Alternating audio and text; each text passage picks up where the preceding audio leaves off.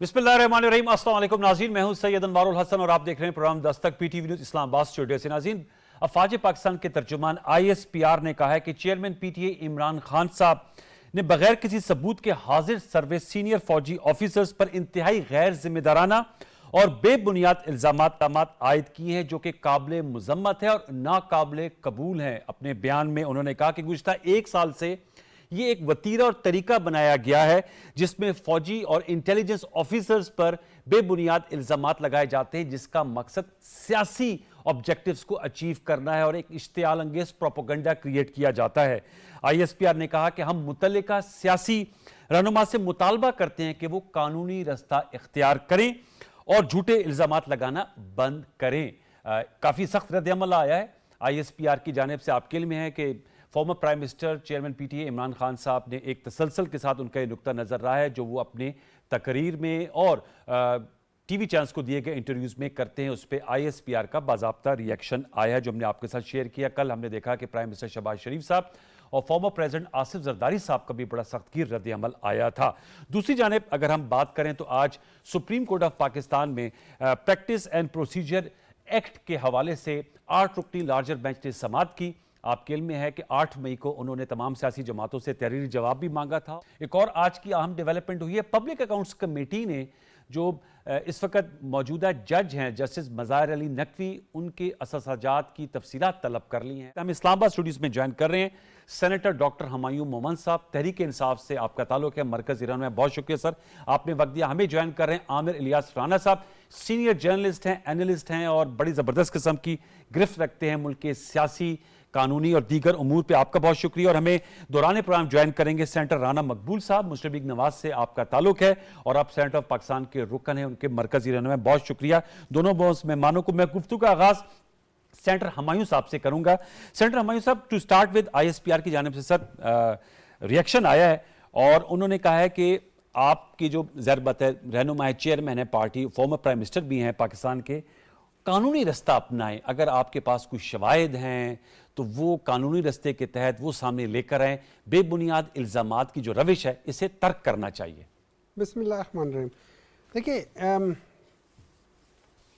मैं as a citizen of Pakistan, not as a PTI member, as a citizen of Pakistan जी, मैं समझता हूँ कि मेरे ऊपर एक हमला हुआ है और उस हमले का मैं आपको कम से कम एक हफ्ते पहले से बता रहा हूँ कि यार मेरे साथ ये सीक्वेंस हो रहा है। आप वजीराबाद इमरान खान साहब के हमले की बात कर रहे हैं। उसके और उससे पहले की बात हो रही है कि मेरे खिलाफ ये लोग इस्लाम का नाम यूज़ करेंगे, लोग वो करेंगे। और अनफॉर्चुनेटली आपके PTV के चैनल में लोगों ने बैठ के तकरीरें की हैं और बहुत कुछ ऐसे ऐसे अल्फाज इस्लाम के लिहाज से इनको कह के उन्होंने अपनी तरफ से जो कसर हो सकती थी वो उन्होंने छोड़ी नहीं है। वो सारी चीज़ें के फिर बताया कि वज़ीराबाद में ये होगा, वो सारी चीज़ें। अच्छा, अब मैं मेरा उस वक्त हुकूमत जो थी वो चौधरी परवेज इलाही साहब जो आपके कोलिशन पार्टनर देखिए और वो आपके मरकजी सदर है। दो चीजें मैं बिल्कुल सही बात बता रहा हूँ, ठीक है। अब अगर आप मुझे बोल लेने देंगे तो मैं बता दूंगा, ठीक है। होता यह है कि मेरे ऊपर as a citizen of Pakistan मेरे ऊपर एक अटैक होता है और मैं उसकी FIR कटवाने के लिए जाता हूँ। मेरी FIR नहीं कटती। अच्छा, with in half an hour of that incidents एक वीडियो रिलीज हो जाती है और उसके बाद जब वो थाना मेरे ख्याल में उसको बंद कर दिया जाता है या उसके बाद एक और वीडियो फिर रिलीज हो जाती है। ठीक है। अच्छा, उसमें जो जिसकी आप बात कर रहे हैं हमारे मरकजी सदर और उस वक्त जो CM थे चौधरी परवेज इलाही साहब, उनके और बाकी लोगों के बयानात थे कि जी ये हो नहीं रहा। यहाँ तक हमने सुना है, अब ये सुनने की बात है, सुनी सुनाई बात है, या किसी हद तक इसके पीछे सच्चाई भी हो सकती है कि कहा गया था कि उसमें से 3 नामों में से एक नाम हटा दो, बाकी 2 नाम बेशक रहने दो, FIR कट जाएगी। तो फिर आपके जो इस वक्त मरकजी सदर उस वक्त उनका क्या मौक़िफ़ था? Allow me. अब उन लोगों ने कहा है कि एक कानूनी तरीका वो किया जाए। कानूनी तरीका क्या है? कानूनी तरीका ये है कि अगर मैं समझता हूँ कि मेरे ऊपर कोई शख्स हमलावर हो रहा है तो मैं उसके खिलाफ FIR कटवाऊंगा, उसकी इन्वेस्टिगेशन होगी। अच्छा, GIT भी बैठी है इस बात पे, GIT की रिपोर्ट भी गायब हो गई है। देखिए, बहुत आपका सारी नुकता चीजें ये है कि जो आप जो कानूनी रास्ता अपनाना चाहते हैं, एफआईआर में नहीं, नहीं होने जो दिया अपना गया। जो कानूनी वो रास्ता हुआ था वो अपनाने नहीं दिया, और उसके अलावा जो कुछ मतलब जहां जीआईटी बैठी थी और जीआईटी ने कुछ उसके देखने की कोशिश की थी, तो वो पूरी रिपोर्ट ही गायब हो गई है। सो देर हम लोग जिस मुल्क में बैठे हुए हैं उस मुल्क में अनफॉर्चुनेटली रूल ऑफ लॉ नहीं है। अच्छा, वहां पावर है, पावर सेंटर्स हैं। Okay. वो पावर सेंटर्स इंस्टीट्यूशंस भी हैं, वो पावर सेंटर्स लोग भी हैं, वो पावर सेंटर्स माफिया भी है, वो पावर सेंटर्स फाइनेंशियल वो भी है, हर चीजें हैं। अनफॉर्चुनेटली हमारे मुल्क में और being प्रॉपर है नहीं है। रूलिंग पार्टी, आप जब 3 साल 8 माह रहे तो उसको नहीं खत्म कर सके। लेकिन मैं चाहूंगा इस पे नुक्ता नजर हम ले लें, क्योंकि आपका नुक्ता नजर आ गया। आपने कहा कि आपने एवेन्यूज इस्तेमाल करने की कोशिश की, लेकिन उनको उसमें आगे बढ़ने का मौका नहीं मिल सका। उसकी बहुत सी वजूहत आपने बयान की हैं। सेंटर राना मकबूल साहब ने भी ज्वाइन किया, उनको भी सर फॉर्मो वेलकम करते हैं सेंटर राना मकबूल साहब। लेकिन मैं चाहूंगा आमिर इलियास राना साहब से जरा इस हवाले से मैं जानना चाहूंगा। आमिर इलियास राना साहब, आपने जवाब सुना जो ऑनरेबल सेनेटर हैं पीटीआई के, उनकी मौकफ आपने सुना। उन्होंने कहा एफआईआर की कोशिश की गई, वो नहीं कटवाई गई, और उन्होंने कहा कि पावर सेंटर्स हैं, रूल ऑफ लॉ नहीं है पाकिस्तान में। सर क्या कहेंगे जो आईएसपीआर का एक स्ट्रॉन्ग रिएक्शन है जो इमरान खान साहब की जानिब से इल्जामात लगाए गए थे? बिल्कुल सही मेमन साहब ने कहा कि पावर सेंटर्स हैं और रूल ऑफ लॉ नहीं है। वो कौन नहीं कायम होने देता रूल ऑफ लॉ। जब इमरान खान साहब के साथ सारी सहूलतकारी जारी थी तो उस वक्त वो 1 पेज का कह के और सब कुछ ठीक था। और जो मेमन साहब ने बात कही कि एफआईआर दर्ज नहीं हुई, बिल्कुल चीफ मिनिस्टर थे चौधरी परवेज इलाही और उनके साहबजादे मुनस इलाही ने कहा था कि हमने इमरान खान साहब से कहा है पूरे पंजाब से अपनी मर्जी का एसएचओ दे दें और पर्चा करवा दें। ठीक, बातें सब की सब, और सिक्योरिटी जो है वो खुद पंजाब गवर्नमेंट और पीटीआई के अपने पास थी इमरान खान साहब की। खुशकिस्मती है और बहुत अच्छा हुआ कि पाकिस्तान एक लीडर से महरूम नहीं हुआ, क्योंकि बेनज़ीर भुट्टो मोहतरमा की शहादत के बाद बिल्कुल एक बड़ी क्लियर बात है कि पाकिस्तान का कोई भी पॉपुलर लीडर हो, किसी किस्म की असैसिनेशन हम मतलब अफोर्ड ही नहीं कर सकते। इस तरह का कोई भी वाक़या, अल्लाह सबको हिफाजत के साथ रखे, उनकी जान की हिफाजत करे। लोगों के लीडर हैं, लोग उन्हें चाहते हैं, तो उन्हें सर्व भी लोगों को करना चाहिए। लेकिन आज जो आईएसपीआर की प्रेस रिलीज आई है ना, उसमें उन्होंने 1 साल का अहाता किया है जी जी, कि मुसलसल इल्जामात हैं, दुश्नाम है, और उन्होंने लीगल कोर्स की बात कही है। देखिए सुप्रीम कोर्ट का आज असद उमर ने ट्वीट भी किया, जी बिल्कुल हम मानते हैं, हम गए हैं कोर्ट में, सुप्रीम कोर्ट ने भी कहा, जीआईटी भी बनी। असल बात ये थी, राना मकबूल साहब आ गए हैं जो आईजी सिंध भी रहे हैं और बहुत ज़्यादा अच्छे अंदाज से समझते हैं चीज़ों को। मेरी तो छोटी सी ये सबमिशन है कि ये सरकारी हॉस्पिटल में क्यों नहीं गए, ये 4 घंटे का फासला तय करके शौकत खानम में क्यों गए, इन्होंने मेडिकल लीगल क्यों नहीं कराया। जैसे अभी भी इस्लामाबाद हाई कोर्ट ने कहा है जी आइंदा अगर आपको मेडिकली कोई चीज़ फैसिलिटी लेनी है तो पिम्स हॉस्पिटल से, और मेमन साहब जानते हैं पिम्स हॉस्पिटल से कि वहां से आप अपना मेडिकल कराएंगे। लेकिन आमिर भाई, हमायूं मोहम्मद साहब कह रहे हैं कि जब तक से एफआईआर नहीं कटती मेडिकल लीगल नहीं होता। नहीं, पहले मेडिकल लीगल होगा तो एफआईआर होगी ना, उसी की बुनियाद पे। सरकारी तौर पे आपने वजीराबाद से लेकर लाहौर तक किसी हॉस्पिटल को ये समझा ही नहीं कि आप वहां जाएं, जाना ही सरकारी हॉस्पिटल में होता है।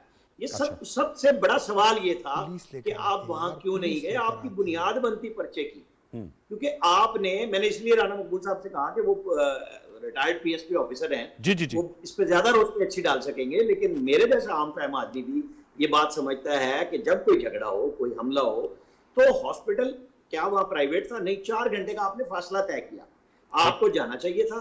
वहां से आप इब्तदाई रिपोर्ट लेते, वहां से लिखवा के आप चाहे जहां मर्जी आप समझते कि मेरी सिक्योरिटी है, मेरा इलाज है, एक होता है। लेकिन उसके बावजूद आप लाहौर में तशरीफ ले गए तो हॉस्पिटल से रिकॉर्ड रजिस्टर लेके डॉक्टर आए, जो एक सरकारी हॉस्पिटल से बनवाया गया, वो भी वहां खुद नहीं गए। ये एक मसला बहरहाल है, हम इस पर नहीं जा रहे। हम जा रहे हैं अब अगली बात पे कि चले जी वो तो इन्वेस्टिगेशन है, वो गवर्नमेंट इनकी थी, सब कुछ इन्हें करना चाहिए था।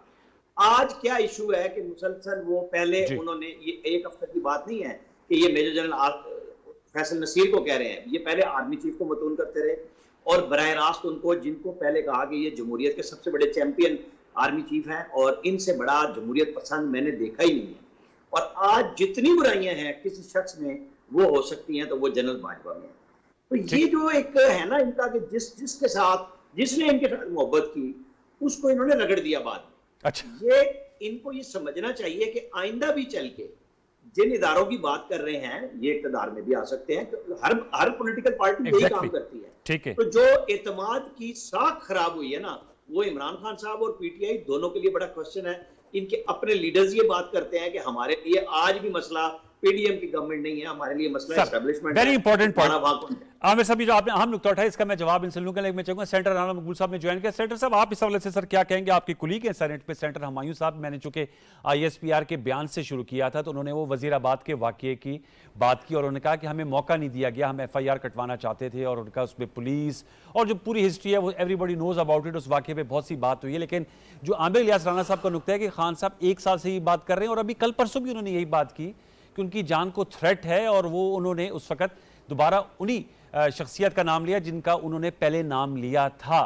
तो सर, आप इस हवाले से क्या राय रखते हैं? ये मामला पाकिस्तान की सियासी जमातों के साथ रहा है कि उनकी जानिब से फिंगर पॉइंटिंग की जाती है, अब पीटीआई कर रही है। सर, इस इशू को कैसे एड्रेस किया जा सकता है? आईएसपीआर ने कहा कि कानूनी फोरम को यूज किया जाए। देखें जी, मेरा तरफ से सलाम सब दोस्तों को, राना साहब को, हुमायूं साहब को, आपको। वालेकुम अस्सलाम साहब। बात यह है कि जो असूली बात है सर, क्या हमारे दोस्तों के पास कोई ऐसी सब्सटेंशियल एविडेंस थी जिसमें ये 3 लोगों का नाम लिया जा रहा था, प्राइम मिनिस्टर का, इंटीरियर मिनिस्टर का और वो मेजर जनरल का? क्या कोई ऐसा सबूत था या सब्सटेंटिव एविडेंस थी? बात यह है कि एफआईआर जो ये नहीं होता कानूनी तौर पे भी और अखलाकी तौर पे भी। अच्छा। सारे ज़माने का आप बेगुनाहों का नाम भी लिखवा दें और चाहे आपकी दुश्मनी उस वजह से लिखवा दें। कानून है एफआईआर का, अगर आप 157 सब क्लास 2 पढ़ें सीआरपीसी की, उसमें लिखा हुआ है कि अगर ये शक भी हो कि ये वकूआ इस तरह नहीं है जिस तरह मुद्दई मुझे कह रहा है, तो एसएचओ, हर एक एसएचओ होता है, डीएसपी भी एसएचओ होता है, आईजी भी एसएचओ होता है। कानून की नज़र में एसएचओ हैं वो सारे, ठीक। तो वो ड्यूटी बाउंड है कि वो एफआईआर दर्ज ना करे, पहले उसको वेरीफाई करे। अच्छा राणा साहब, अगर उसको शक है कि ये आपने अहम नुकता उठाया राणा मकबूल साहब, ये आपने अहम नुकता उठाया कि वेरीफाई करनी पड़ती है। वेरीफाई करने के बाद ये एक वो रपट लिखेगा, रजिस्टर नंबर 2 में एक रपट लिखेगा, उसकी कॉपी मुद्दई को देगा और एक कॉपी मैजिस्ट्रेट को भिजवाएगा, और खुद वो या किसी सीनियर अफसर को जो उसके पास है उसको मौके पे भिजवाएगा। अच्छा, वेरीफाई करेगा। अगर वो उस वकूआ सच्चा साबित हो रहा है या देखा जा रहा है तो वो एफआईआर दर्ज करेगा, वरना वो एफआईआर उस तरह नहीं दर्ज करेगा जैसे मुद्दई कहता है। ये है 157 सब क्लॉज 2, और इसी का सब रूल है, उसे कहते हैं 24.4 पुलिस रूल। उसको प्रैक्टिकली जो प्रैक्टिस होती रही है वो ये है कि एफआईआर इस तरह दर्ज नहीं हो सकती अगर ये सस्पिशन भी हो कि ये वकूआ इस तरह नहीं जिस तरह कहा जा रहा है। और इसी तरह पुलिस ऑर्डर जो लेटेस्ट कानून है रजिस्ट्रेशन ऑफ एफआईआर का, उसमें भी यही प्रोविजन जो है उसको रिपीट किया गया है। बात यह है कि वकूआ जिस तरह हुआ, अगर आपको पॉलिटिकल इससे कैपिटल लेना चाहते हैं, मार्जिन को पॉलिटिकल लेना चाहते हैं, वो तो अलग बात है, ठीक है। लेकिन आप किसी को इतने सीरियस केस में अगर इन्वॉल्व कर देते हैं तो ये तो वैसे भी दुरुस्त नहीं है। मैंने समझा कि एफआईआर, झूठी एफआईआर दर्ज कराने का कोई राइट है किसी का? ये एफआईआर दर्ज कराने का उसका राइट है जो वकूआ ठीक हो। ये जो नुकता उठाया आपको पता है कि आपको पता है कि अगर ये वकूआ गलत की एफआईआर दर्ज हो जाए तो जब उसकी तफ्तीश में बंदा बेगुनाह साबित हो जाए तो मुद्दई जो है उसके खिलाफ भी एक्शन होता है, ठीक। इसलिए कानून में सारे जो सेफ्टी वैल्व्स रखे गए हैं जो कि प्रेशर की वजह से या और वजह से वो प्रैक्टिस नहीं होते। सर, ये हम लोग बात तो ये है। राणा साहब, अब इसके बारे में जब परसेप्शन था, इसके बारे में जो परसेप्शन था कि ये वकूआ इस तरह नहीं है जिस तरह कहा जा रहा है, इसलिए इसकी एफआईआर दर्ज नहीं हुई। और इनके अपना चीफ मिनिस्टर था, ये सारे लोग आपकी बात आ गई थे को किसने बाहर से आकर ये एफआईआर दर्ज कर दी थी। अच्छा, फिर ये है कि एफआईआर दर्ज नहीं हुई तो ये कोर्ट में क्यों नहीं गए? इन्होंने हाई कोर्ट में जाकर रिट क्यों नहीं की? या 199 की रिट बनती है, क्योंकि एफआईआर एक तरह से फंडामेंटल राइट है कि हमारी जो है FIR दर्ज नहीं की गई, क्यों नहीं गए? अच्छा चलो मैं FIR वहाँ नहीं गए, फिर एक और चीज़ है उसे कहते हैं इस्तिगासा, कंप्लेंट। इनके पास इतने बड़े बड़े वकील हैं, ये कंप्लेंट में चले जाते हैं। और कंप्लेंट का असूल ये है कि जो पुलिस की तफ्तीश है उसका ट्रायल बाद में होता है, पहले कंप्लेंट का ट्रायल होता है, उसमें एविडेंस रिकॉर्ड आपने बहुत नुकात और अहम अगर उठाए हैं। साबित हो जाए तो अदालत में सजा भी हो जाए। राना साहब उठाए, मैं आपसे सेंटर साहब जानना चाहूंगा, चूंकि सेंटर राना मकबूल साहब का बड़ा पस मंजर, उन्होंने बताया कि एक तो FIR वेरिफिकेशन के बाद दर्ज होती है, सिर्फ परसेप्शन पे FIR दर्ज नहीं होती, as what former PSP officer और आपके सेनेट पे कुलीग हैं राना मकबूल साहब के हैं। दूसरा उन्होंने कहा अगर आपकी FIR दर्ज नहीं हो रही थी तो you could have approach Lahore high court. हमने देखा है PTI ने मुतअद्दिद बारी इलेक्शंस के हवाले से, पंजाब असेंबली के हवाले से, इमरान खान साहब के केसेस के हवाले से हायर कोर्ट से रुजू किया, वो आप कर सकते हैं। तीसरी बात उनका इस्तिगासा, कंप्लेंट लॉन्च कर सकते तो सर एवेन्यूज तो बहुत थे, तो आप लोगों ने अपने आप को महदूद और मुकैयद क्यों रखा कि वो एक FIR है जो आपके जहन में नाम है उनके मुताबिक नहीं कटेगी तो आपके पास लीगल रिकोर्स नहीं है? मैं अनफॉर्चुनेटली PTI के वकील की टीम में से नहीं हूं, तो मुझे नहीं मालूम कि ये भी वहाँ पे वकील नहीं है ये नहीं, देखें वो उस मैं कहना चाह रहा हूँ, अगर आप मुझे सुन ले मेरी बात तो आपको शायद पता चल जाए। मैं ये नहीं कह रहा वो वकील है, मैं कह रहा हूँ कि मैं PTI की जो खान साहब की लीगल टीम है मैं उसका मेंबर नहीं हूँ, मुझे नहीं मालूम कि उसमें कंप्लेंट हुई है या हाई कोर्ट में किसी ने रिट पिटीशन दायर की है या नहीं की है, मुझे उसका इल्म नहीं है। उन्होंने एक बात की, उन्होंने कहा कि FIR नहीं कटती अगर उसके ऊपर शुबा हो जाए, एग्रीड, लेकिन उन्होंने कहा कि वहाँ पे एक चीज़ लिखी जाती है, एक कंप्लेंट लिखी जाती है, रजिस्टर नंबर 2 का कह रहे हैं, जो भी है ना, उसमें एक लिखी जाती है। फिर वो बंदा उस जाए वकूअ पे जाता है, वहाँ पे जाके देखता है कि क्या हुआ है या नहीं हुआ, उसके बाद होता है। नंबर 2, आप हर एक होता है, हमारे कितने पॉलिटिशियंस हैं, हर एक पॉलिटिशियन जो होता है जब वो कहता है कि यार देखो मेरे ऊपर ये खतरा है और मुझे इन लोगों से खतरा है, वो before the attempt of assassination there are people के जो कहते हैं कि यार मुझे इन लोगों से खतरा है, ठीक है, कहते हैं कि नहीं कहते, ठीक है। अब अगर वो नहीं करते तो कम से कम वो कंप्लेंट लिख लेते और कंप्लेंट लिख के जाए वकूआ पे जाके देख लेते, जाए वकूआ पे गोलियां भी चली थी, जाए वकूआ पे सारी चीज़ें हुई थी, जाके कर लेते। अगर उसके बाद फिर भी नहीं करना था, लेकिन देखिए पॉइंट ये नहीं है, अगर हम ये करना शुरू कर दें, और with due respect to Aamir साहब, मैं कैजुअल्टी मेडिकल ऑफिसर रहा हूँ, मेरे पास आते रहते थे ये सारे जो मैं बात कर रहा हूँ 1980s की, लेट 80s की, मेडिकल लीगल केसेस आते होते थे, पुलिस लेकर आती है, आप खुद नहीं जाते हो। तो खान साहब को जो शौकत खानम की बजाय पुलिस लेकर गई थी शौकत खानम? नहीं, देखिए इस तरह होता है, जब आप FIR कटवाते हो ना, तो जब आप FIR कटवाते हो या कंप्लेंट कटवाते हो, वो उसके लिहाज से फिर पुलिस आपको ले जाती है किसी भी ऐसी इंस्टीट्यूशन में, ठीक है, जो कि गवर्नमेंट के इदारा होता है, वहां पे जाके आपको होता है। जब आपका FIR ना कट रही, जब आप इंजर्ड हो जाएं, मेरा सवाल है सर, आपको गोलियां लग गई हैं, हो जाए, जब पुलिस पहले अस्पताल ले जाएगी ना, थाने तो नहीं ले जाएगी। सुन लेना, पुलिस थाने ले जाएगी। अब उस इंजरी में बिल्कुल वो हो सकता है, अगर वहां पे FIR कट जाती है तो अब आप वो लेकर जा सकते हैं।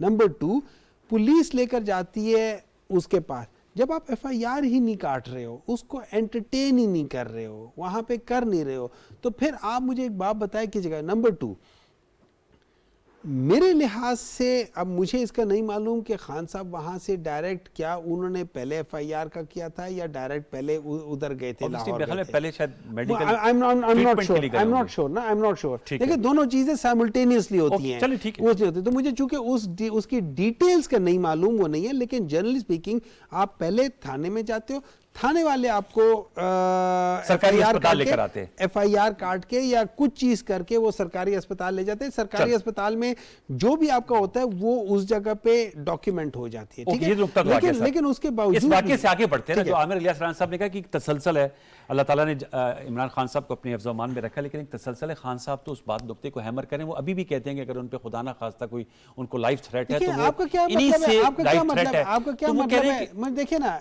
बहुत सारी चीजें हुई हैं इन द लास्ट 1 ईयर, बहुत सारी चीजें हुई हैं इन द लास्ट 1 ईयर। बहुत सारे लोगों को क्या कह सकते हैं, उसे उठाया गया है, बहुत सारे लोगों के साथ हुआ है। अच्छा, उसमें जब हम पुलिस वालों से पूछते थे, अच्छा मैं आपको एक बात बताता हूँ, इन ह्यूमन राइट्स की कमेटी में जब हम पूछा तो लोगों ने कहा कि जी हमने नहीं किया।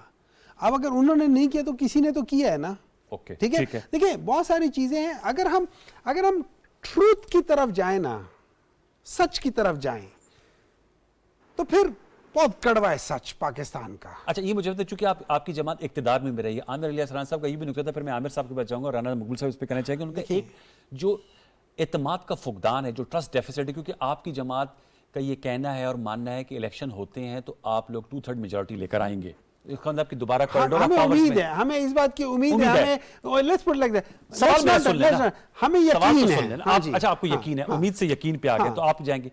तो सर इतने बड़े एक आपके पावर सेंटर, ज़रा पता है military establishment is a known element in our state, हाँ। और उनका एक अपना इम्पैक्ट है, उनके ज़ाहिर बात है हर रियासत में जो होता है मिलिट्री आर्म बड़ा स्ट्रांग होता है, उनके साथ अगर इतना ट्रस्ट डेफिसिट है तो आगे आप लोगों ने चलना भी है। अगर आप कहते हैं आपको यकीन इक़्तिदार में आना है, तो ये बहुत ज़्यादा आप लोगों की अदम एतमाद की दीवारें नहीं खड़ी हो गई? मेरे ख्याल में देखिए ये एक आध दो, जहां तक मैं समझता हूं इंस्टीट्यूशन के साथ हमारा कोई मसला नहीं है। मेरा नहीं ख्याल कि खान साहब का एज एन इंस्टीट्यूशन के साथ कोई अफराद के साथ है, एक दो लोगों के साथ उनका पॉइंट ऑफ व्यू, उनका फर्क है कि वो कहते हैं कि यार आप जो है ना, you are slightly bit biased towards certain elements. Okay, ठीक है। उनका एज एन इंस्टीट्यूशन ही has always defended the institution. Okay, Aamir Ali Asran साहब आपने सुन लिया। सर सेनेटर हुमायूं साहब कहते हैं इदारे से कोई प्रॉब्लम नहीं है, चूंकि आप ये नुक्ता उठाया था, अफराद से है। दूसरा सर जो आप जवाब सुना और राना मकबूल साहब की गुफ्तगू भी आप कमेंट करना चाहें। देखिए, वो पुलिस के ऊपर और मेडिकल पे ना मेरा ख्याल है राणा साहब बात करेंगे, क्योंकि वो नफी में उस वक्त सर हिला रहे थे, तो वही बात करें तो बेहतर है। मैं उस एफआईआर से बाहर निकल जाता हूँ, मैं इस पे आता हूँ। देखिए, जब नवाज शरीफ साहब ने जनरल बाजवा और जनरल फैज का नाम लिया, तब भी इंडिविजुअल का कहा गया, जो आज अभी सेनेटर मोहतरम भी कह रहे हैं और पीटीआई भी कह रही है। जब वो डीजीसी का कह रहे हैं तो वो भी कहते हैं इंडिविजुअल से मसला है। अच्छा, उस वक्त एक डीजीसी का ही था कि जी मरियम नवाज को स्मैश करने की धमकी दी थी, और उस वक्त इनके पूरी पार्टी के जो ये हुक्मरान थे उस वक्त, इनके क्या बयान थे, और आज जो हुक्मरान हैं उनके क्या बयान थे। हमारा मसला यही है कि जब हमारी पोजीशन तब्दील होती है, हमारे बयान बदल जाते हैं। असल इशू ये है कि कब बैठ के इन चीजों को तय करें। Very important. क्या आप फैसिलिटेशन में नहीं आए? आज जनरल बाजवा भी इंटरव्यू दे रहे हैं, इमरान खान साहब भी दे रहे हैं, एक दूसरे को सहूलतकारी का। इमरान खान साहब ने कहा इंटेलिजेंस एजेंसियों की मदद से मैं बजट पास कराता था, मैं सेशन कराता था। इन्होंने माना कि मैंने पूरी हेल्प ली उनसे, और जो हेल्प दी जनरल बाजवा के इनडायरेक्ट इंटरव्यूज जो जर्नलिस्टों को दिए गए, कौन सी चीज है जो इल्जाम उस वक्त पीएमएलएन और पीपल्स पार्टी लगा रही थी, जो आज पीडीएम और पीपल्स पार्टी है, जो आज इन दोनों ने मान नहीं ली। तो ये उसमें अदलिया की सहूलतकारी भी शामिल है। शौकत अजीज सिद्दीकी साहब का बयान बतौर जज मौजूद है, रिटायरमेंट के बाद का नहीं है। तो हमें अदलिया को, फौज को, पार्लियामेंट को, इंतजामिया यानी एग्जेक्टिव को, ये वो वक्त है जब बैठ जाए।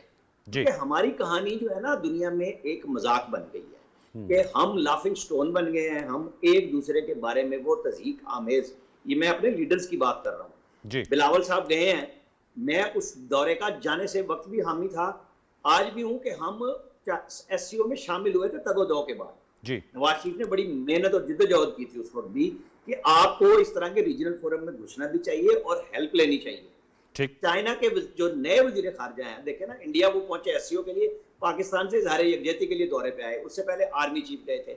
हम फंसे हुए हैं आईएमएफ में, हमें कुछ नहीं मिल रहा। जो कह रहे हैं ना कि हमने घुटने रगड़ लिए, नाक रगड़ ली और ऐसी की तैसी पाकिस्तान की सॉवरेनिटी की फेर दिया है आज के हुक्मरानों ने, जिस तरीके से दावे किए सागडार साहब ने, और वो काबू नहीं कर सके उसे। तो ये मसला इनको, जो तकब्बुर जहां पे है वो अल्लाह की जात को है सिर्फ, ये जो भी उठाएगा वो नुकसान में जाएगा। इनका जवाब इन्हें देना है। लेकिन जो दुनिया नहीं मान रही ना, वो आज की जो हमारी आपस की लड़ाई है, जो हर इदारे ने एक दूसरे के अंदर इंक्रोचमेंट नहीं बल्कि कब्जे किए हैं और आज भी वहां से निकलने को तैयार नहीं है, ये है हमारा अलमिया। चाहे वो राना मकबूल साहब बैठे हैं, मेमन साहब बैठे हैं, इन सबको बैठना पड़ेगा। आखिर में दुनिया में जो भी लड़ाई होती है उसका हल ये होता है कि आप बैठ के कुछ तय करते हैं। Very important. आज हमारे सियासतदान, हमारे इदारे, हमें सबको बैठना होगा कि क्यों एस्टेब्लिशमेंट से पीटीआई इतनी दूर हुई। जो मैंने पहले भी कहा था कि वहां एतमाद का इतना फुकदान हो गया कि जिसने इनके साथ काम किया उन सबको रगड़ दिया।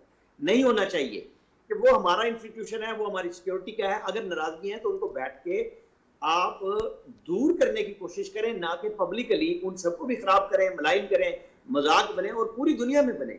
तो थोड़ा सा वक्त हमारे पास है कि हम अगर इलेक्शन लेना चाहते हैं, मैं पीटीआई की बात कर रहा हूं, तो इन्हें रास्ता बनाना पड़ेगा। सुप्रीम कोर्ट में भी थोड़ा थोड़ा रास्ता बनने की मुझे तो आज भी इम्कानात नजर आ रहे हैं। अच्छा। कि वो अगर पीछे हुए हैं तो जो ब्रीफिंग DGISI, सेक्रेटरी डिफेंस और DGMO ने दी, तो उन्होंने आके कहा कि हमें पहले नहीं बताया, तो उनको बताया गया कि आप सुन नहीं रहे थे, सेक्रेटरी डिफेंस आपको बताना चाह रहे थे। सबको बाद में एहसास होता है कि हाँ, हम जज्बात में आगे चले गए, और जज्बात किसी के भी कहीं नहीं चलते, क्योंकि मुल्क से ऊपर किसी को होना नहीं चाहिए। कोई इदारा हो, वो कोई शख्सियत हो, ये सोच लें और बैठ जाएं, ये अपनी अपनी लीडरशिप से जाके बात करें, इसके बगैर गुजारा नहीं है। बहुत आम नुकात उठे आमिर साहब। अपने मैं एक छोटा सा वक्फा लूंगा, वक्फे के बाद आऊंगा तो सेनेटर राणा साहब FIR के हवाले से कोई बात करना चाहते हैं जरूर कीजिएगा। जो आमिर इलियास राणा साहब ने बड़ी थॉट प्रोवोकिंग गुफ्तगू की है, मैं चाहूंगा सेनेटर हुमायूं साहब और राणा साहब पे इस पे जरूर मैं कमेंट लूं कि अब आगे का रास्ता क्या है, रास्ता हमने निकालना है। ये जो इस वक्त दुश्वारियां हैं, पेचीदगियां, इसे कैसे बाहर निकल सकते हैं। वक्फे के बाद वक्फा ले लीजिए।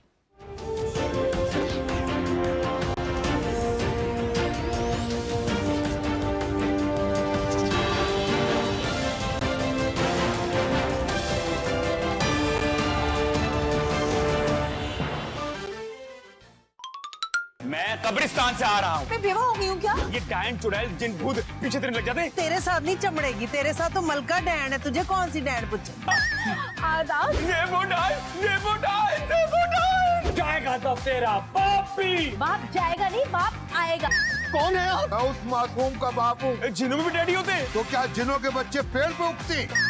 हम अंदर से बाहर कैसे आ गए? हम जिन हैं, कुछ भी कर सकते हैं। चाहे मेरी जान चली जाए, नहीं करूंगा तो नहीं करूंगा। तेरी जान गई।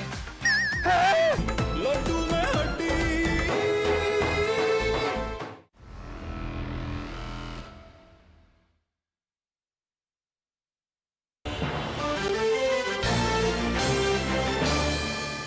जी सेनेटर राणा मकबूल साहब, सर FIR के हवाले से जो गुफ्तगू कर रहे थे, क्योंकि उन्होंने कहा कि वो रह भी चुके हैं डॉक्टर सेनेटर हुमायूं मोहम्मद साहब, casualty officer, casualty medical officer FIR के हवाले से कर रहे थे। उस वक्त आप नफी मिसालें ला रहे थे, सर इस पे बात कीजिएगा। जो सर जो आम नुकात उठाए, मैं चाहूंगा जो लार्जर पिक्चर है, आमिर इलियास राणा ने, आप बड़े माशाल्लाह सीजन पॉलिटिशियन, ब्यूरोक्रेट रह चुके हैं, सर क्या कहेंगे अब वे फॉरवर्ड क्या है? सर इस वक्त तो ऐसे लग रहा है कि पार्लियामेंट, सुप्रीम कोर्ट आमने सामने है, उन्होंने आपका रिकॉर्ड मांग लिया है। कल आप लोगों ने जस्टिस मज़ारिल नकवी साहब, पब्लिक कमेटी ने उनके असासाजात की तफसीलात मांग ली हैं। कैसे निकले? इमरान खान साहब इस्टेब्लिशमेंट पर इल्ज़ामात लगा रहे हैं, आज ISPR का बयान आया है कि कानूनी जो रास्ते उनको अपनाएं। अनवाज साहब जो है ना, डॉक्टर साहब फरमा रहे थे, सर ये प्रैक्टिस हो सकता हो। वैसे असूली तौर पे जो इंजर्ड है ना, असल बाज़ औक़ात बड़ी प्रिकेरियस हालत होती है इंजर्ड की, तो आप उसे पुलिस स्टेशन तो नहीं ले जा सकते ना। Exactly. He is directly transported to the hospital. होता ये है कि हॉस्पिटल जो ही वो जाता है तो इतला देता है हॉस्पिटल मुतलका पुलिस स्टेशन को। पुलिस स्टेशन से कोई अफसर पहुंचता है फौरी तौर पे, उस वक्त तक इंजरी रिपोर्ट उसकी तैयार होनी शुरू हो जाती है, उसका ट्रीटमेंट शुरू हो जाता है। You can't wait for the police कि आप, अगर तो इतनी ब्लीडिंग उसकी हो रही है तो आपका पुलिस का इंतजार करेंगे कि वो पहुँचे, बाज़ का थाना दूर भी होता है, तो ट्रीटमेंट देना ये मैंडेटरी है डॉक्टर साहबान के ऊपर कि इमीडिएट ट्रीटमेंट दें, एमरजेंसी ट्रीटमेंट जिसे आप कहते हैं। इंजरी रिपोर्ट जब बनती है तो वो जो तफ्तीशी अफसर वहाँ पहुँचता है, और बसाक़ात ये भी होता है अगर वो थोड़ा भी काबिल हो तो वहीं वो उसे हम अपनी ज़ुबान में इस्तगासा कहते हैं। अच्छा। वो इस्तगासा बनाता है वहीं पुलिस स्टेशन से और थाने भिजवा देता है कि ये वकूआ मेरे नोटिस में आया है, मैं यहाँ इंजर्ड को मिला हूँ, इंजर्ड के अजीज़ों को मिला हूँ, तो इसलिए मैंने ये उनका बयान रिकॉर्ड करके भिजवा रहा हूँ, इसकी जो है इब्तदाई रिपोर्ट दर्ज की जाए। तो ये FIR इस तरह दर्ज होती है जो इस तरह के वकूए होते हैं। बाज़ का जो लोग बेचारे नहीं समझते, वो अपने इंजर्ड को चारपाई पर लटा के पुलिस स्टेशन ले जाते हैं, तो फिर पुलिस स्टेशन वाले उनके साथ आते हैं हॉस्पिटल, तो उसमें बहुत ज़्यादा वक्त भी लग जाता है। इसलिए ये कोई कतगन नहीं है, लेकिन मैंने तो बहुत आसान काम बता दिया था कि आज भी ये चाहें कि ये इस्तगासा कर सकते हैं, कंप्लेंट करें, जाएं कंप्लेंट करेंगे, ये सारी की सारी तफ्तीश भी बंद हो जाएगी और वो चलान भी बंद हो जाएंगे। सबसे पहले कोर्ट जो है वो ड्यूटी बाउंड है कि कंप्लेंट को ट्राई करें, अपनी एविडेंस पेश करें, फिर मुतमिन हो जाएं, ठीक है। अब आपने जो बात कही है दूसरी, वो तो वही था जो हुई थी नेगोशिएशन। आपको याद है डॉक्टर साहब भी, हम आपस में आर्ग्यू भी करते रहे, हर दफ़ा यही कंक्लूजन निकला हर डिस्कशन का कि पार्लिश करें, जैसे राणा साहब भी फरमा रहे थे, डॉक्टर साहब भी इस फेवर में हैं कि बैठ के बात करके इसको तय कर लें। अब इसको जितना इशू इसको स्ट्रेच करेंगे उतना कॉम्प्लिकेट, लेकिन तय नहीं हो पा रहा ना सर। और इससे शकरंजियाँ भी बढ़ रही हैं, फासले भी बढ़ रहे हैं, और इसका इफेक्ट जो है मुल्की सूरत हाल पे भी हो रहा है। इसलिए मेरा ज़ाती ख्याल ये है कि इमीडिएटली फिर से बैठना चाहिए पॉलिटिकल पार्टीज को।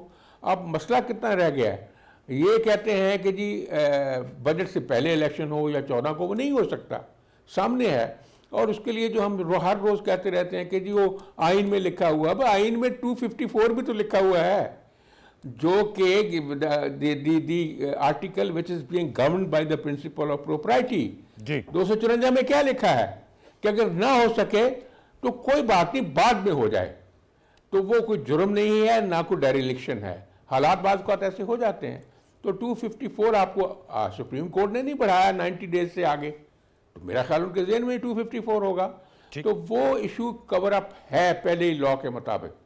तो अब इससे पहले मुमकिन ही नहीं है। अब तो 14 मई में तो 4 दिन रह गए या 6 दिन रह गए हैं, आगे बजट ऊपर आ गया है, 5 जून से बजट शुरू हो रहा है, और साथ उनके साथ भी चल रहा है वो जो है IMF के साथ। सर 17 मई को जो बोर्ड मीटिंग है उसके एजेंडे में रखा ही नहीं सर। जो सेंसस है वो भी मुकम्मल हो रहा है, और हल्का बंदियाँ भी मुकम्मल हो जाएंगी।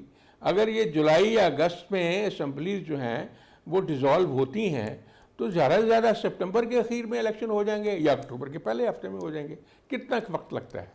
तो ज़रा हौसला करके इस चीज़ को जो है रिजॉल्व कर लेना चाहिए, इसके बजाय कि ये ज़्यादा स्ट्रेच होती रहे तो इट इज़ बिकमिंग वॉल्केनिक। ये बहुत ज़्यादा खतरनाक सूरत हाल होती जा रही है। बहुत ज़्यादा सर, PTI की लीडरशिप को भी ज़रा कोऑपरेट करना चाहिए। सर कोऑपरेट करना चाहिए गवर्नमेंट कि हम कराएंगे इलेक्शन, लेकिन ये 2 महीने जो है 3 महीने इसमें इलेक्शन नहीं हो सकते। नुकता आ गया तो सर, 2-3 महीने का क्या फर्क पड़ता है सर? नुकता आ गया। मैं चाहूंगा जरा वक्फा कीजिएगा सर, मैं आपका दोबारा लौट के आएंगे। उनका 2-3 महीने का गैप है सेंटर मायूस साहब, और उनका ये 14 मई को तो फ्रैंकली नजर, शायद आपको भी मेरे ख्याल में यकीन है कि शायद 14 मई को इलेक्शन नहीं होंगे, क्योंकि आज 8 मई है और आप लोगों की भी कोई तैयारी नहीं है। इस तरह राणा साहब एक्चुअली कभी कभी उनकी मासूमाना चीज़ पे इंसान को बहुत ज़्यादा प्यार आ जाता है। ठीक है, वो इतने मासूमाना तरीके से कह रहे हैं कि जो अफ़हाम व तफ़हीम होती है या कोई रास्ता निकालना होता है, वो कहते हैं कि 8 अक्टूबर, ये याद रखें, 8 अक्टूबर इज़ द नॉर्मल डेट, क्योंकि 8 अगस्त को बंद हो जाना है, ख़त्म हो जाना है, 12 अगस्त को हो जाना है, और 8 अक्टूबर विद इन 60 डेज ख़त्म हो जाएगा। तो 12 अगस्त से 12 अक्टूबर या 8 अक्टूबर जो भी करना तो वही बन जाता है। ठीक है, सही। अब 2 पार्टियां हैं, एक है PDM, ठीक है, और एक है PTI। कैसे कहते हैं, PTI। अब इनके दरमियान में PTI कहती है 14 मई को हो, वो कहती है 8 अक्टूबर को हो। तो अगर आपने दरमियान में कोई रास्ता निकालना है तो आप दरमियान का रास्ता निकालोगे, या आप 14 मई का निकालोगे तो उनकी बात नहीं मानी जाएगी, 8 अक्टूबर का निकालोगे तो हमारी बात नहीं। तो क्या दरमियानी रास्ते में क्या डेट हो सकती है आपके ज़हन में? उसमें देखिए, उसमें एक इन लोगों 3 जो हमारी बातचीत हो रही थी उसके 3 पॉइंट्स थे जो PDM वालों ने कहे थे कि ये 3 पॉइंट्स एजेंडा पे आप इस पे डिस्कशन कर लें। पॉइंट नंबर 1, आप 14 मई से आगे आए। PTI ने कहा हम डिस्कशन करने के लिए तैयार हैं। नहीं, खान साहब ने शर्त रखी थी। नहीं, सुन लेना, मैं आपको बता रहा हूं ना, जो डिस्कशन हुई है मैं उसकी बात बता रहा हूं। नंबर 2, उन्होंने कहा था कि हम लोग ये करेंगे कि 5 असेंबली की इलेक्शंस एक दिन कराएंगे। ठीक है, इस वक्त तो 2 की पहले हो रही है ना, और बाकियों की बाद में हो रही है। उन्होंने कहा 5 के। PTI ने कहा हम इस पे भी तैयार हैं। ओके। तीसरा, उन्होंने कहा कि जी जो भी रिजल्ट आएगा इलेक्शंस का हम सारे तस्लीम करेंगे। PTI ने कहा हम इस पे भी तैयार हैं। ठीक है, अब PTI ने राजी कर लिया। अब उसके बाद आई कि किस जगह पे खान साहब ने कहा कि देखो 8 अक्टूबर हम नहीं मानते, ये आप लोगों ने बजट पेश करना है ना, बजट 10 मिनट दिन पहले पेश कर लो। चलो, अगर नहीं पेश कर सकते, कुछ आपको 6 जून को ही पेश करना है या 5 जून को ही पेश करना है, 5 जून को पेश कर दो, लेकिन पहले से ही एक अंडरस्टैंडिंग जिसके ऊपर सिग्नेचर के कर लो कि हम लोग 6 जून को बजट देकर 10 जून को हम लोग असेंबलीज डिसॉल्व कर देंगे। बात खत्म हो गई।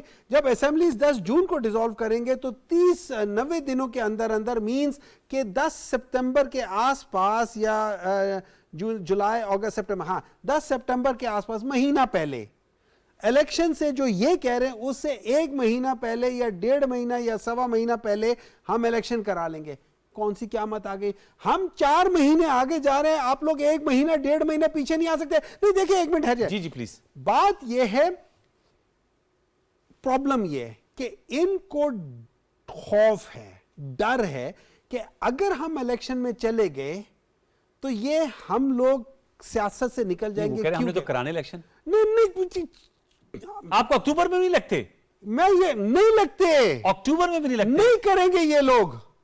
ये 254 की जब बात करें, 254 कहता है कि आपने अगर नहीं करा सके ना, आप उसके करीब तरीन कराओ, लेकिन वजह बताओ, वजह क्या है? कि जी हालात ठीक नहीं है, हालात 2008 से बेहतर हैं, हालात 2013 से बेहतर हैं। कहते पैसे नहीं, पैसे पाकिस्तान के पास पिछले 70 सालों से नहीं है। नहीं, आपको ये क्यों लगता है कि ये अक्टूबर में भी नहीं करेंगे, जबकि ये कह रहे हैं?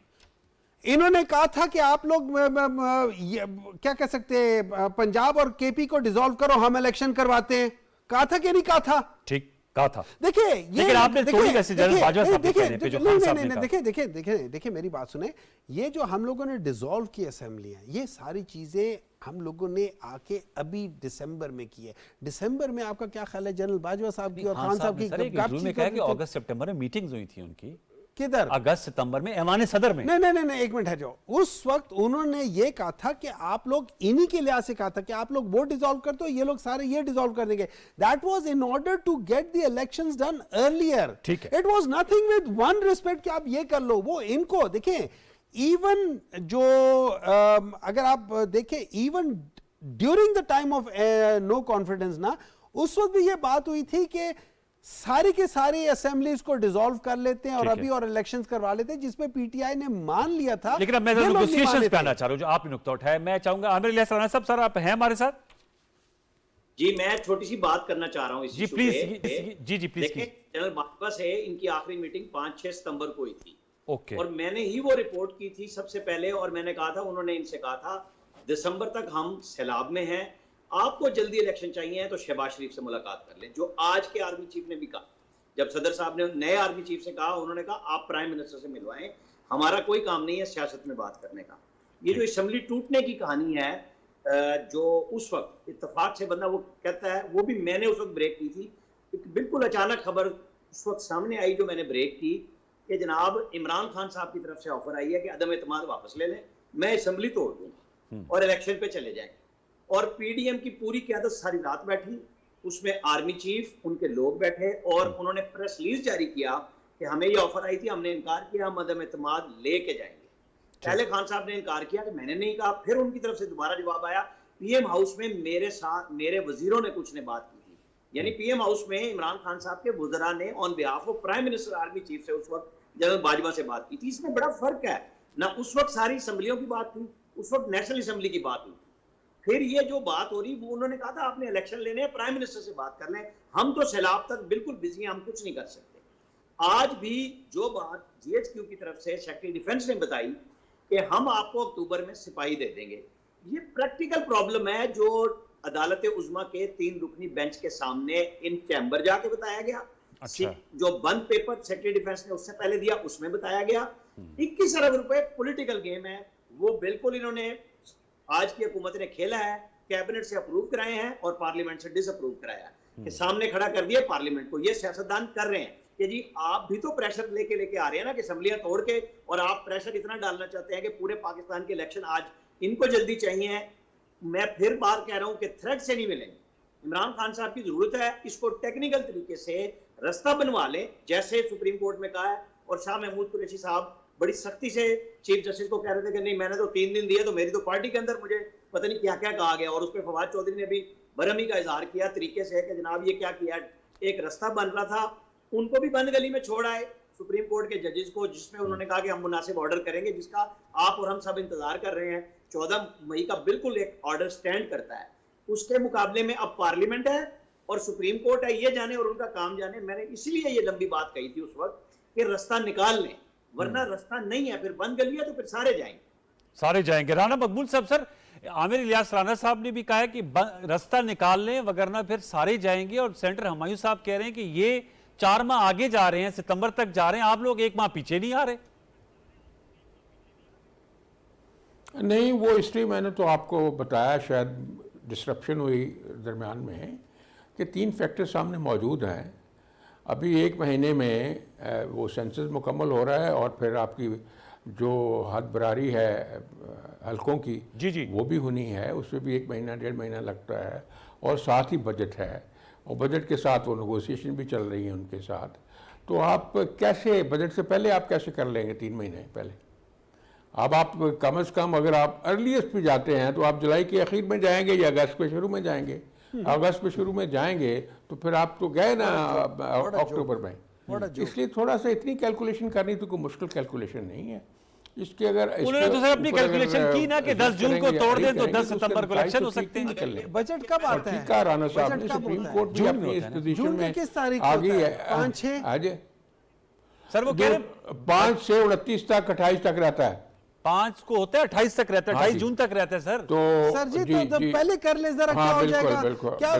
क्या ये जरूरी है कि 28 जून तक जाए? 10 जून तक वो नहीं खत्म हो सकता? पहले नहीं हो सकता? देखिए, अगर आपने रास्ता निकालना है तो निकल जाता है, नहीं निकालना तो जब दिल ही ना चाहे तो बातें 1000 हैं।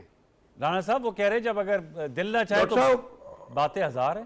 नहीं, बात नहीं है। आप तो उन्होंने अनाउंस किया है कि हम जो है सितंबर के शुरू में या सितंबर के आखिर में इलेक्शन करवा देंगे। अब क्या एश्योरेंस चाहिए, किस तरह की चाहिए? वो कह रहे सितंबर में, सेनेटर कह रहे हैं ना, आप भी सेनेटर है, वो भी सेनेटर राणा। और दूसरी बात, मैं एक और अर्ज करूं जी अपना अनवार साहब, सर एक बात देखने वाली है। हमारी जो कॉन्स्टिट्यूशन की इलेक्शन स्कीम है ना, उसमें केयर टेकर का एक रोल है बड़ा। जी क्योंकि ये जितने भी वेस्टमिनिस्टर मॉडल हैं हमारे इंडिया का और इंग्लैंड का, वहाँ तो गवर्नमेंट इलेक्शन कराती है ना, यहाँ केयर टेकर कराते हैं। जी तो अब आप अंदाज़ा करें कि अगर हम पहले आप इलेक्शन करा लें और जब नेशनल असेंबली डिसॉल्व होके जाएगी इलेक्शन में तो कैसे होगा? वहाँ तो केयर टेकर नहीं होंगे। एक तो फसाद को बढ़ाने वाली बात है, महीने 2 महीने की बात है, उसको आगे कर लें, कौन सी इसकी मुश्किल है? अच्छा सर, ये बताए 14 मई के बाद अगर ये कोई ऐसी जिद वाली बात नहीं है तो फिर सड़कों पे आएंगे, ये सड़कों पे आएंगे 14 अगर जो कि नहीं हो रहा प्रैक्टिकली। अगर ये डिस्कशंस किसी भी वजह से, मतलब एक पार्टी की, मतलब I don't want to take the name कि वो क्या है, लेकिन उनकी बदनीयती की वजह से, और वो लोग just because they are afraid of something, ये नहीं होते, ठीक है? तो फिर सुप्रीम कोर्ट ने कहा है कि हमारा डिसीजन है ऑलरेडी 14 मई का। 14 मई का। अब 14 मई को वो कहेंगे कि ये कराओ, अब नहीं हो सकता, ठीक है, हमें पता है। तो उसके बाद सुप्रीम कोर्ट जाने किन किन को कॉन्टेम्प्ट ऑफ कोर्ट में पकड़ेगी, सुप्रीम कोर्ट जाने, क्योंकि कॉन्टेम्प्ट ऑफ कोर्ट लगेगा। अच्छा, बिल्कुल लगेगा। देखिए, कॉन्टेम्प्ट ऑफ कोर्ट का एक मकसद ही है, इन्होंने एक वो फीमेल जज थी जिसपे खान साहब ने कहा था कि ज़ेबा चौधरी साहिबा, मैं नाम नहीं लेना चाहता था, खान साहब ने लिया था ना, उन्होंने लिया था ना, उन्होंने कहा था कि आपके ऊपर हम एक क्या करेंगे, एक्शन करेंगे या इसके देख लेंगे, नहीं कोई कार्रवाई करेंगे, इस लिहाज से ना, लीगल कार्रवाई के लिहाज से। उस पे इन लोगों ने क्या कुछ नहीं किया, ये बताएं, इन लोगों ने अभी तक क्या किया, कितने जजेस के बारे में क्या कुछ किया हुआ है? क्या कुछ नहीं कर रहे। ये 14 मई का अगर मैं ठीक है ना, और 14 मई में सबसे पहले तो योगा, अच्छा क्या क्या चीजें होंगी? नंबर 1 2 चीजें हो रही है, एक कॉन्स्टिट्यूशन की पामाली हो रही है, नंबर 2 प्रैक्टिकल पर्पसेस, अब उसमें मोहर लग जाएगी ना। ओके, ठीक है, अब मोहर लग जाएगी ना, सही है। अब तो 254 का भी खत्म हो जाएगा ना।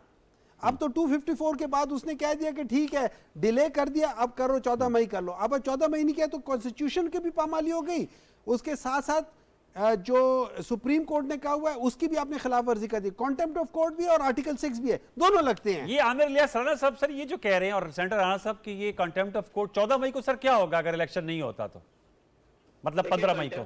मेरी यार सुन लें, ये क्यों भूल रहे हैं कि इलेक्शन के में असल में आप दोनों माशाल्लाह राणा साहिबान है। जरा पहले आमिर इलियास साहब फिर राणा मकबूल साहब आप। जी आमिर भाई, मुझे तो दीवार पे लिखी हुई तौहीन अदालत नजर आ रही है, इसमें कोई शक नहीं है। अच्छा, वो लगा सकती है और लगाएंगे। जवाब में पार्लियामेंट सामने खड़ी है, वो अपना क्या करेंगे। आज जो कुव्वत होती है ना नाफिज करने वाली कुव्वत नाफजा जिसे फौज कहते हैं, वो कहाँ खड़ी है ये सबको पता है। 1997 में सजाद अली शाह साहब ने आर्टिकल 190 के तहत सुप्रीम कोर्ट को कहा था, सुप्रीम कोर्ट से कहा गया आर्मी चीफ को कि इनको पूछें गवर्नमेंट को, वहां से जवाब वजारत दिफा को चला गया था। इंप्लीमेंट एग्जेक्टिव नहीं करना होता जिसमें सिविल और मिलिट्री दोनों एग्जेक्टिव शामिल हैं। ठीक, तो फिर ये इसके बाद की बात है, वो हम भी देखेंगे, ये भी देखेंगे, सब देखेंगे। चलें राना मकबूल साहब, क्लोजिंग कमेंट सर। राना मकबूल साहब, मैं अर्ज कर रहा हूँ कि इससे पहले कि जैसे डॉक्टर साहब कह रहे थे कंटेम्प्ट का, इससे पहले उस रिव्यू का फैसला होगा जो रिव्यू इलेक्शन कमीशन ने किया है 14 मई के और हवाले जिसमें से। उसने कहा है कि मेरी पास जो रिजर्व कर ली गई हैं और बहुत सारे उन्होंने इश्यूज जो रेज किए हैं, ठीक है, तो इसलिए 14 वाला जो है ना ऑर्डर इम्प्लीमेंट उस रिव्यू से पहले कैसे हो जाएगा, रिव्यू के फैसले से पहले कैसे हो जाएगा। और ये प्रेयर आएगी उस रिव्यू में जब आर्गूमेंट्स भी होंगी कि आप फुल बेंच बनाएं, फुल बेंच के बगैर काम नहीं इसका चलना, अगर कोई फैसला करवाना चाहते हैं सर नुक्ता आ गया सुप्रीम कोर्ट से। सर, तो ये है ऑनरेबल राणा साहब, that- आपका सर नुक्ता आ गया, बहुत शुक्रिया सर, चूंकि वक्त की तंगी आड़े, आपका बहुत शुक्रिया। Centre bull sir, Aamir Ilyas Rana साहब, सेंटर हमारी मोहम्मद साहब, आपका बहुत शुक्रिया। व्यूअर्स, आपने देखा कितनी पेचीदा सूरत हाल है, बार कैफ हम इस पे अहाता करते रहेंगे तमाम सूरत हाल का, और उम्मीद करेंगे कि कोई हल निकल जाए बातचीत से, और जो मामला बंद गली में जाते हुए दिखाई दे रहे हैं, अल्लाह करे कि रास्ता निकले और सबके लिए विन विन सिचुएशन। मैं हमेशा अपने प्रोग्राम के एंड में यही कहता हूँ। कल तक के लिए सैयद अनवारुल हसन और दस्तक की प्रोडक्शन टीम को इजाजत दीजिए। अपना बहुत सा ख्याल रखिए। अल्लाह ने के बाद।